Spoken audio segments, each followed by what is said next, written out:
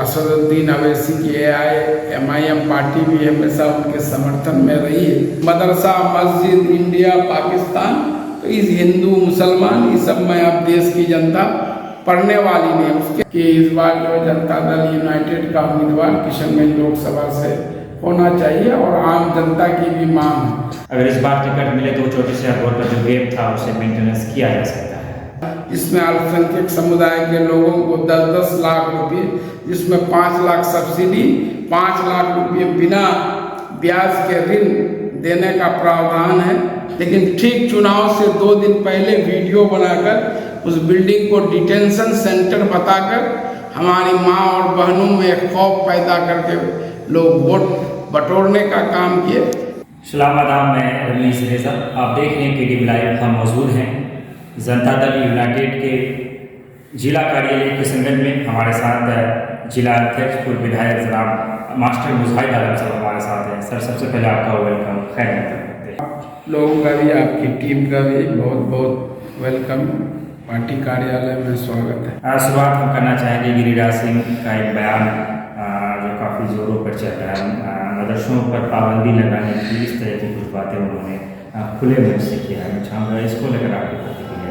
आप जानते हैं कि 2024 लोकसभा चुनाव नज़दीक है। गिरिराज सिंह जी बेगूसराय के सांसद हैं और केंद्र सरकार में ग्रामीण विकास जैसे महत्वपूर्ण मंत्रालय के वो कैबिनेट मिनिस्टर हैं। लेकिन आप कभी नहीं सुने होंगे कि वो अपने मंत्रालय या उन्होंने क्या उपलब्धि की है, बिहार में उनके मंत्रालय द्वारा क्या क्या काम किया गया, कभी नहीं सुने।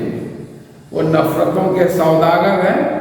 ये कोई नई बात नहीं है। पिछले दिनों भी वो किशनगंज जिले के बारे में बयान दिए थे कि कोचा धामन में जो हिंदू समुदाय के लोग हैं वो हनुमान चालीसा नहीं पढ़ सकते हैं। तो इन बातों में कितनी सच्चाई है आप खुद जान लीजिए। और गिरिराज सिंह की इन बातों को लोग कोई जो है नोटिस नहीं ले रहे हैं। वो सोच रहे हैं कि 2024 में तो कुछ काम बेगूसराय में किए नहीं, न अपने मंत्रालय से न सांसद निधि से, तो जनता को क्या जवाब देंगे, किस मुद्दे पर वोट मांगेंगे। तो यही सबसे आसान तरीका है कि नफरत फैलाओ, लोगों के बीच में सांप्रदायिक सौहार्द बिगाड़ो और उसी से मेरी नैया पार हो जाएगी। ऐसा कुछ भी नहीं होने वाला है। इस बार बेगूसराय की जनता उसकी जमानत जब्त करवा देगी। 5 राज्यों में विधानसभा के चुनाव में एग्जिट पोल की अगर हम बात करें तो बीजेपी की जो नैया है डूबती हुई नजर आ रही है। हालांकि फाइनल रिजल्ट आना अभी बाकी है। कुछ कहना चाहेंगे विधानसभा चुनाव? निश्चित रूप से बीजेपी जिस तरह से देश में नफरत का माहौल गर्म कर रही है, सिर्फ जुमलेबाजी कर रही है देश, और जहां राज्यों में उनकी सरकार है उन्होंने आम जनता के लिए कोई ठोस पहल नहीं की, कोई विकास के काम नहीं किए हैं। और यही वजह है कि उनकी नैया डूबने वाली है। और जो है 2024 से पहले भी 5 राज्यों का चुनाव है, जिसमें कल 3 तारीख है, कल गिनती होने वाली है। और जैसा एग्जिट पोल और पूर्वानुमान लोगों का बता रहे हैं कि इस तरह से हर जगह बीजेपी जो है चुनाव हारेगी। इन 5 राज्यों में से एक राज्य तेलंगाना भी था जहाँ पर भी चुनाव हुए। वहाँ पे हमारे सीमांचल के 2 बड़े लीडरों का भी मौजूदा हुआ, चाहे मौजूदा सांसद की बात करें या जिसके जो साहब है वो भी अपनी अपनी पार्टियों के कहने से। क्या लगता है तेलंगाना में भी कांग्रेस की बढ़त दिखा रही है कि BRC जो पार्टी है उनका लेवल थोड़ा सा इस बार एग्जिट पोल के अनुकूल नहीं आ रहा है। ऐसा अनुमान लगाया जाए कि कांग्रेस वहाँ पर सत्ता में वापस आ सकता है? निश्चित रूप से जो एग्जिट पोल बता रहे हैं, जो हम लोगों को भी जानकारी है कि BRS जो असदुद्दीन अवैसी की MIM पार्टी भी हमेशा उनके समर्थन में रही है, तो वो चुनाव जो है कांग्रेस से पीछे रह रही है और कांग्रेस की सरकार बनने की पूरी उम्मीद है। लगातार JDU अपनी उस मांग पर अड़ा हुआ है। टिकट के जो मसले किशनगंज के लिए चल रहे हैं, JDU कि इस बार कोशिश है कि किशनगंज से वो चुनाव लड़े और इस मांग को लेकर लगातार कुछ ही दिन पहले जेडीयू के कद्दावर नेता बलियावी साहब का भी आना हुआ कार्यालय में। क्या लगता है, बातें कुछ आगे बढ़ रही है, कुछ पॉजिटिव रिजल्ट आ रहे हैं या फिर जैसे के तस मामला वहीं पर? नहीं, निश्चित रूप से जनता दल यूनाइटेड की पूरी तैयारी है। किशनगंज लोकसभा में जो 6 विधानसभा है, 2 विधानसभा पूर्णिया जिला में है, बायसी और अमोह, और 4 विधानसभा अपने किशनगंज जिले में। सब जगह मजबूत तैयारी है। पिछले 5 सालों से 2019 के लोकसभा चुनाव में मरहूम महमूद अशरफ साहब लगभग 34,000 वोटों से पीछे रह गए।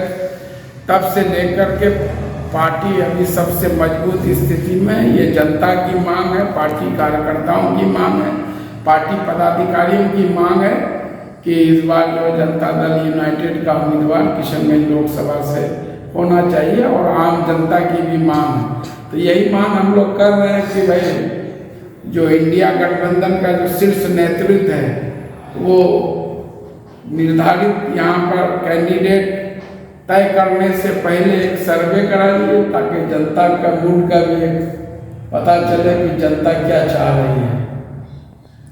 लगता है कि जनता जो चाह रही है, जनता की जो सोच होगी उस पर पार्टियां काम करती होगी। पार्टियां क्या रकमान फैसले अक्सर पहुँचते हैं, टिकट के मामले में जनता की जो सोच होती है उसे प्राथमिकता दी जाती है। चूँकि रानी के अनुभव है, आपको बड़े लंबे समय से आप राजनीति नहीं किया। नहीं, अब समय बदल गया है।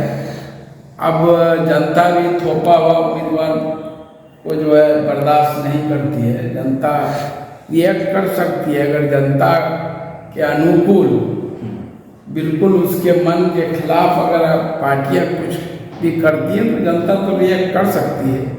जनता तो स्वतंत्र है। और जो लोग पहले से पद में हैं, तो जनता तो पिछले 5 साल में उन्होंने जनता के प्रति कितने जवाब दे रहे हैं उस पर भी निर्भर करता है। तो पार्टियों को देखना चाहिए। और इस बार की लड़ाई बहुत ही कठिन लड़ाई है। किन्हीं के एमपी बनने की लड़ाई नहीं है। किन्हीं मास्टर मुजाहिद को एमपी बनना है या डॉक्टर जावेद को एमपी बनना है। इस बार लड़ाई है एक निरंकुश सरकार जो नरेंद्र मोदी, अमित शाह की जो पूरे देश में जो आतंक फैलाया हुआ है, जो विपक्ष को कमज़ोर कर रहा है, लोकतंत्र को कमज़ोर कर रहा है, जो है आपको जो सीबीआई, ईडी और इनकम टैक्स का प्रयोग करके जो है लोकतंत्र का गला घोटने का काम किया, प्रेस की स्वतंत्रता पर जो है प्रश्न चिन्ह लगा दिया। तो ऐसे में इस सरकार को जाना चाहिए। तो इसके लिए पार्टियों को भी पूरे छानबीन कर, सब सर्वे कर, हर चीज़ ये करके जो अपना उम्मीदवार उतारना चाहिए, ताकि जो चुनावी नतीजे आए उसमें जो है निराशा हाथ नहीं लगे। अगर 2024 में किशनगंज सीट की बात करें, अगर गठबंधन चूक कर जाती है और अगर इनकेस ऐसा हो कि गठबंधन की हार हो जाए और ऐसी पार्टियां जो बिहार में पैर पसारने की सोच रहे हैं, और पिछले विधानसभा चुनाव में हम उनका रिजल्ट देखा, अगर 2024 में मजलिस कामयाब होती है तो मैं समझता हूँ कि 2025 में भी वो राजद जदयू कांग्रेस के लिए मुसीबत खड़ा कर सकता है। नहीं, तो आपने तो देखा मजलिस से यहाँ की जनता का, यहाँ के नेताओं का कितना जल्दी मोह भंग हो गया। 1.5 साल में ही उनके 5 में से 4 विधायक पार्टी को अलविदा कह के राष्ट्रीय जनता दल में शामिल हो गए। तो ऐसे ही कोई रातों रात नहीं हो गए। जिन मुद्दों को लेकर, जिन बातों को लेकर वो चुनाव मैदान में आए थे, जनता से जो वादा उन्होंने किया था, एक भी वादा पूरा नहीं हो रहा। मजबूरन में उन लोगों को पार्टी छोड़ करके राष्ट्रीय जनता दल में जाना पड़ा। और जो MIM का जो यहाँ पर खाता खोले कमरुल हुदा साहब, पहली बार जो बाई इलेक्शन में यहाँ से जो है उम्मीदवार जीते 2019 में, वो भी पार्टी को अलविदा कह गए।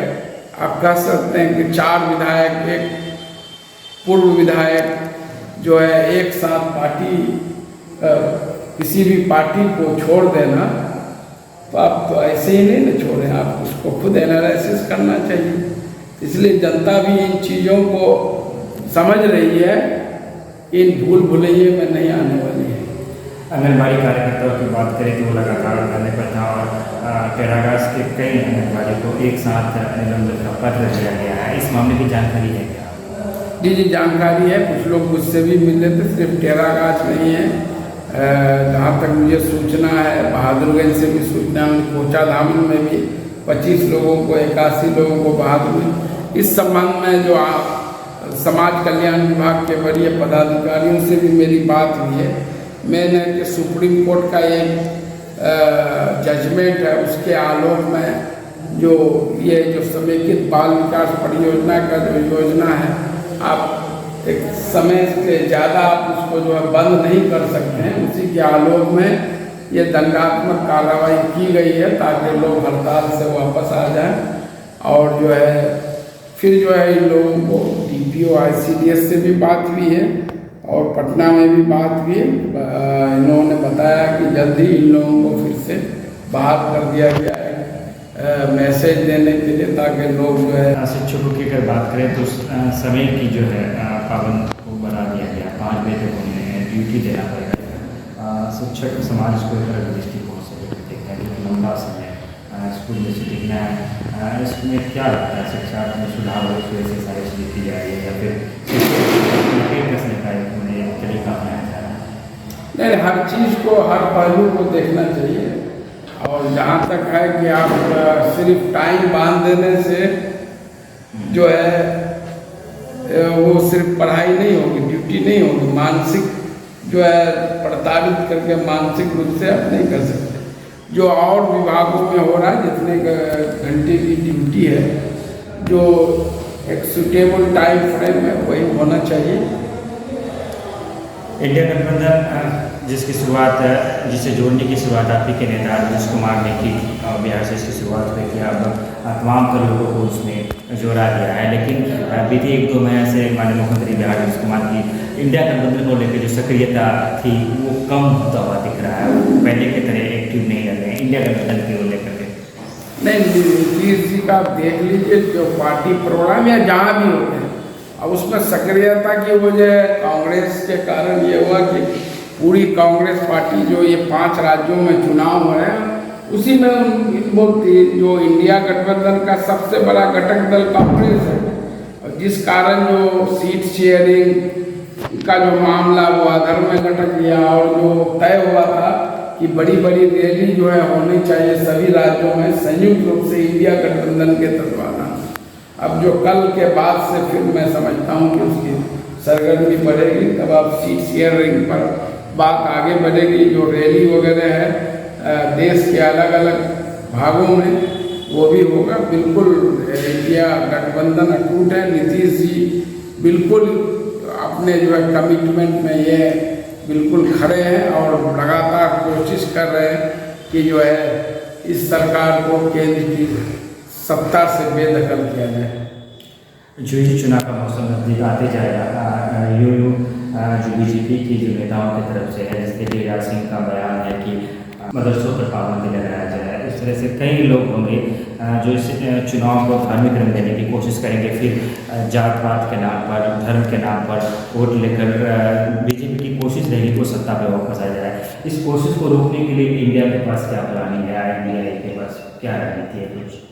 निश्चित रूप से बीजेपी को लोग समझ गई है, उनके पास कोई देश को आगे बढ़ाना, विकास का कोई एजेंडा नहीं। ये सिर्फ धार्मिक मुद्दों को आगे करके चुनावी नैया पार लगाना चाहती है। 10 सालों में देश का बंटाधार हो गया, तो सब देख रहे हैं देश की विदेश नीति किस तरह से फेल हो रही है, किरकिरी हो रही है। तो ये लोग समझ रहे हैं रोज सिर्फ जुमलेबाजी की है, न रोजगार जो वादा किया था 2 करोड़ लोगों को, न महंगाई कम कर पाए, न किसानों की आमदनी दुगुनी कर पाए, न जो गरीबों को वादा था कि 15 अगस्त 2022 तक सभी देश के गरीबों को जो है हम पक्का मकान उपलब्ध कराएंगे, ये सब फेल हो गए। अब उनके पास एक ही मुद्दा है, मदरसा, मस्जिद, इंडिया, पाकिस्तान, तो इस हिंदू मुसलमान इस सब में अब देश की जनता पढ़ने वाली नहीं। उसके बरक्स आप बिहार के जो गठबंधन की सरकार आप देखें कि 1,20,000 एक लोगों को बीपीएससी द्वारा एक साथ 2 नवंबर को नियुक्ति पत्र, ये देश के किसी राज्य में या देश में एक इतिहास है। अभी 70,000 की बहाली चल रही है प्रक्रिया टीचरों की, फिर जो 1.5 लाख स्वास्थ्य विभाग में बहाली होने जा रही है। जो वादा किया है नीतीश कुमार और तेजस्वी यादव ने कि 10 लाख युवाओं को नौकरी देंगे और 10 लाख लोगों को रोजगार के अवसर फराहम करेंगे। आप देखते हैं जो मुख्यमंत्री उद्यमी योजना के तहत अभी अल्पसंख्यक उद्यमी योजना के तहत 81 लोगों का चयन किशनगंज जिले से हुआ है, 1241 पूरे बिहार से हुआ है, जिसमें अल्पसंख्यक समुदाय के लोगों को 10-10 लाख रुपये, जिसमें 5 लाख सब्सिडी, 5 लाख रुपये बिना ब्याज के ऋण देने का प्रावधान है। जो काम कर रहे हैं ताकि बेरोजगार युवा, पढ़े लिखे युवा अपना कोई कारोबार करके अपने भी और दूसरों को भी रोजगार कर जो है।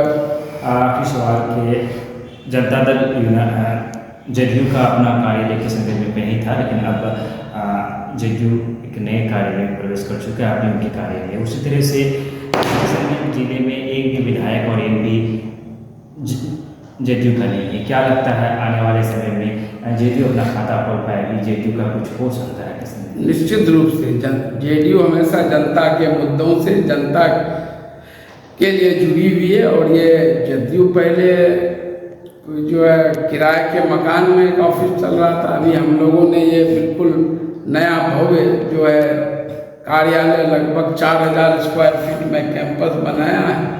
ये समझिए चुनाव के मद्देनजर ही ये वार रूम है कि चुनाव से लेकर पार्टी की सारी गतिविधि को ये का संचालन यहीं से होगा। यानी जेडीयू मन बना लिया है कि उन्हें लोकसभा चुनाव लड़ना है किसी निश्चित रूप से आला कमान का हुक्म होगा और जनता चाहेगी तो जरूर लड़ेगी। हम तो पिछले साल भी 2019 में भी जेडीयू ही लड़ी थी किशनगंज लोकसभा से, लेकिन 34,000 वोट से हम लोग पीछे रह गए थे। अगर इस बार टिकट मिले तो 34,000 वोट का जो गैप था उसे मेंटेनेंस किया जा सकता है। तो आप भी बेहतर जानते हैं, रमीज रजा साहब रात दिन आप घूमते हैं, आप ऐसे न्यूट्रल बन के घूमिए जो पता चल जाएगा। 34,000 नहीं, मैं कहता हूँ कि इतिहास होगा ये पूरे देश के लिए, बिहार का देश के लिए। अगर जनता दल यूनाइटेड का उम्मीदवार किशनगंज लोकसभा से चुनाव लड़ता है, बिल्कुल इतिहास होगा। आप भी जहाँ भी जो लोग जानते हैं जाते हैं, बात करते हैं, एक ही आवाज़ है। ये मैं नहीं बोल रहा हूँ, जनता की आवाज़ है और जनता की आवाज़ को कोई दबा नहीं सकता। अपने समर्थकों से आखिर में कुछ कहना चाहेंगे अपने तरफ से? मैं अपने समर्थकों से मैं यही कहना चाहूँगा कि जो हम लोगों का मिशन है उस पर जो है बिल्कुल ईमानदारी से काम करें, किसी पर बिना टीका टिप्पणी करके अपना जो लक्ष्य है, अपना जो कार्यक्रम है, हमारे सरकार की जो उपलब्धि है और मुझे जो 6 साल 4 महीने काम करने का मौका मिला विधायक के रूप में, और फिर पिछले 3 साल से बिना किसी पद पर रहते हुए जो काम मैं कर रहा हूँ, इन्हीं को जनता के बीच में ले जाएंगे। और जो मेरे नेता ने जो मेरे बिहार के लिए काम किया है पिछले 18 सालों में, तो यही सबसे बड़ी बात है। दूसरे पर टीका टिप्पणी करने से कोई वोट नहीं बनता है, इसलिए अपनी योजनाओं को, अपनी जो कार्यक्रम को, अपनी उपलब्धियों को, सरकार की उपलब्धियों को मेरे अपने चाहने वाले पार्टी के सभी कार्यकर्ताओं और पदाधिकारियों से आग्रह होगा कि इनको जनता तक आप पहुंचा देंगे तो जनता में जो भी संशय अगर किन्हीं के दिलो दिमाग में अभी तक है तो वो सब दूर हो जाएगा। पिछले साल के चुनाव में हुआ क्या, हम लोगों ने तो काम किया, हमारे नेता ने तो काम किया। इंजीनियरिंग कॉलेज 80 करोड़ की लागत से बना, लेकिन ठीक चुनाव से 2 दिन पहले वीडियो बनाकर उस बिल्डिंग को डिटेंशन सेंटर बताकर हमारी माँ और बहनों में खौफ पैदा करके लोग वोट बटोरने का काम किए। इस बार पूरे तरह से जनता दल यूनाइटेड के जो है पार्टी के कार्यकर्ता पदाधिकारी बिल्कुल सजग है, तत्पर है। हमारा जो है हर बूथ पर BLA भी अब नियुक्त होने के बिल्कुल फाइनल होने पर है। बूथ कमेटी है, वार्ड कमेटी है, प्रखंड स्तर पर कमेटी है, जिला स्तर पर कमेटी है। तो इस बार ऐसा कुछ नहीं होगा। बहुत बहुत शुक्रिया और विदा लेना चाहेंगे आपसे। तमाम तर जो बातें आपके बीच हुई जिसे आपने सुना, हम चाहेंगे कि आप बीच में अपनी राय मर्यादित तरीके से देते रहें। चैनल को सब्सक्राइब करते हुए बेल आइकन को प्रेस करते रहें और ऐसी खबरों को आप बिना कहीं भी शेयर कर देते हैं। धन्यवाद, शुक्रिया।